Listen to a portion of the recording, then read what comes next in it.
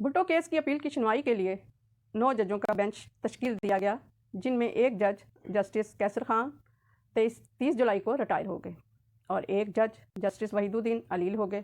باقی 7 ججوں میں سے 4 ججوں نے بھٹو کی موت کی سزا کو برقرار رکھا، جبکہ 3 ججوں نے 2 ملزمان کی سزا برقرار رکھی، مگر بھٹو صاحب، میاں عباس اور صوفی غلام مصطفیٰ کی رہائی کا حکم دیا، لیکن 4 اور 3 کے تناسب سے بھٹو کی اپیل مسترد کر دی گئی۔